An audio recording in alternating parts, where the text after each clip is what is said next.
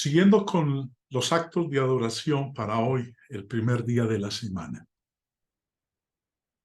llegamos al de la ofrenda. En nuestra última lección estuvimos estudiando si la ofrenda del primer día de la semana es un mandamiento.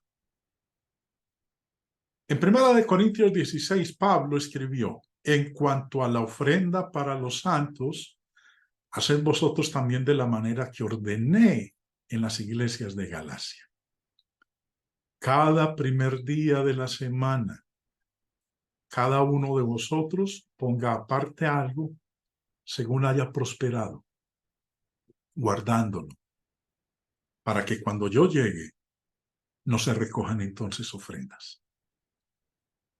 Algunos han cuestionado si esta instrucción de Pablo a los Corintios era un mandamiento. Porque en la segunda carta Pablo dijo, referente a esa misma ofrenda de 1 Corintios 16, no hablo como quien manda. Algunos han tomado esta declaración de Pablo en la segunda carta para decir y enseñar que la instrucción de 1 Corintios 16 no es un mandamiento, aun cuando Pablo dijo de la manera que ordené. Pablo mismo, en la primera carta, en el capítulo 14, les había dicho a ellos: si alguno se cree profeta o espiritual, reconozca que lo que os escribo son mandamientos del Señor. Ahora, con eso está diciendo entonces que la instrucción con respecto a la ofrenda del primer día de la semana es un mandamiento. ¿Qué quiso decir entonces cuando dijo, no hablo como quien manda, sino para poner a prueba por medio de la diligencia de otros también la sinceridad del amor vuestro? Explicábamos en la última lección que este hablar de Pablo aquí en 2 Corintios 8 es una figura de lenguaje que se conoce como elipsis. No voy a entrar ahora a exponer nuevamente lo que es la elipsis. Ustedes ya tuvieron la oportunidad conmigo de estudiarla en la lección anterior. Para aquellos que no, los invito para que visiten el canal de YouTube donde se encuentra el estudio respecto de la elipsis. La ofrenda del primer día de la semana es un mandamiento. Pablo lo ordenó. Pablo mismo dijo que lo que él escribía eran mandamientos del Señor. Ahora, las instrucciones de Pablo en 1 Corintios 16 se basaron sobre la necesidad que surgió en Jerusalén. Y como apóstol inspirado, le dijo a la iglesia en Corinto cómo era que ellos debían cuidar a sus necesitados. Él había instruido que cada primer día de la semana se recogiera la ofrenda. Y en este caso particular, para ayudar a los necesitados, a los hermanos necesitados en Jerusalén. Dice el verso 3, y cuando haya llegado a quienes hubiereis designado por carta, a estos enviaré para que lleven vuestro donativo a Jerusalén. Y si fuere propio que yo también vaya, irán conmigo. A ellos no les fue dada ninguna elección. Aun si uno estuviera en lo correcto al decir que la iglesia en Corinto podía decidir si ayudaba o no a los santos en Jerusalén, eso no anularía el hecho de que una vez que les fue dada de esta manera la instrucción, no tenían elección en cuanto a cómo debían continuar acerca de esto.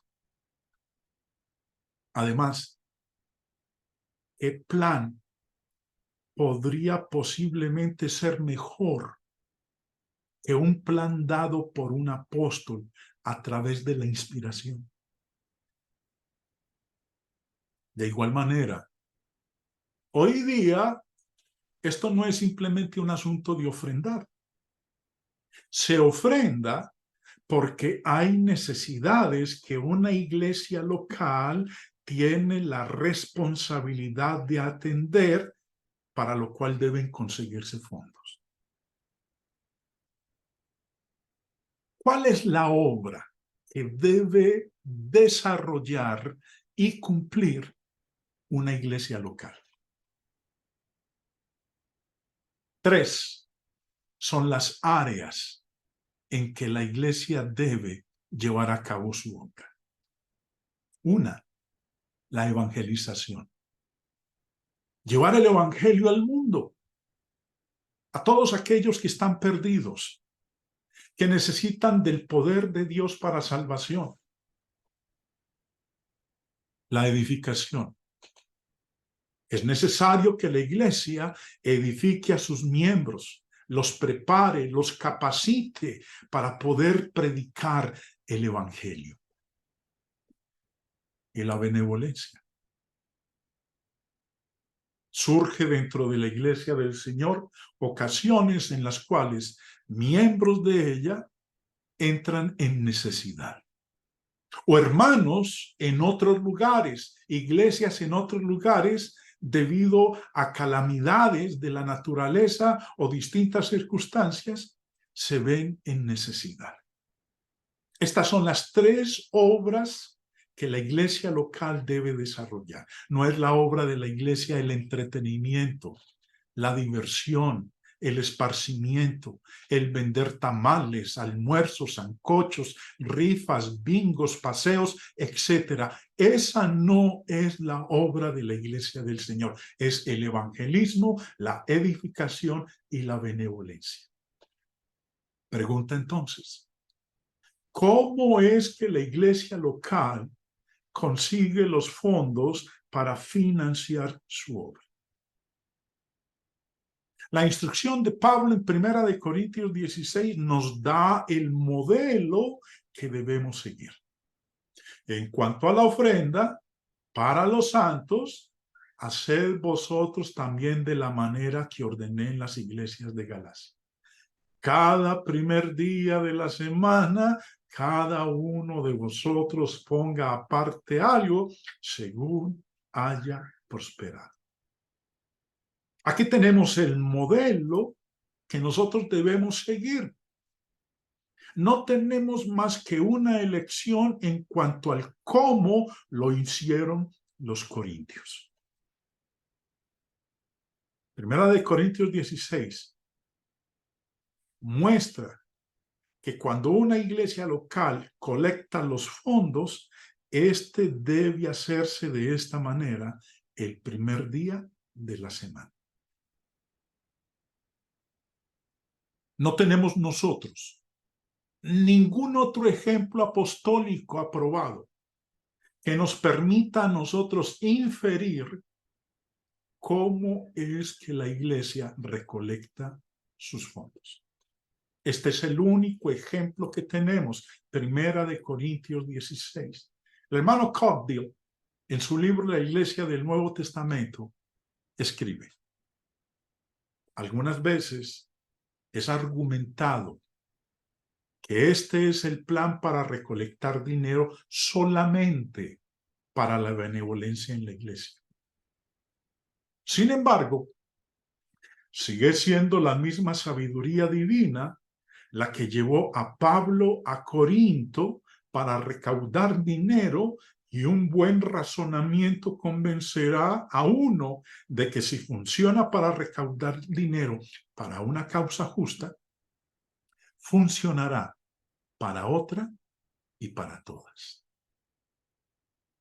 1 Corintios 16, hermanos, nos enseña como ejemplo apostólico aprobado cómo es que hoy día la iglesia del Señor recolecta sus fondos para llevar a cabo la obra que Dios le ha encomendado.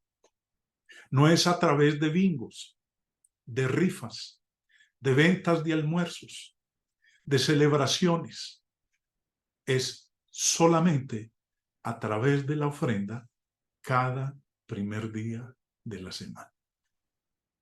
Vamos entonces, hermanos, siguiendo este ejemplo apostólico de 1 Corintios 16, a ofrendar en este primer día de la semana.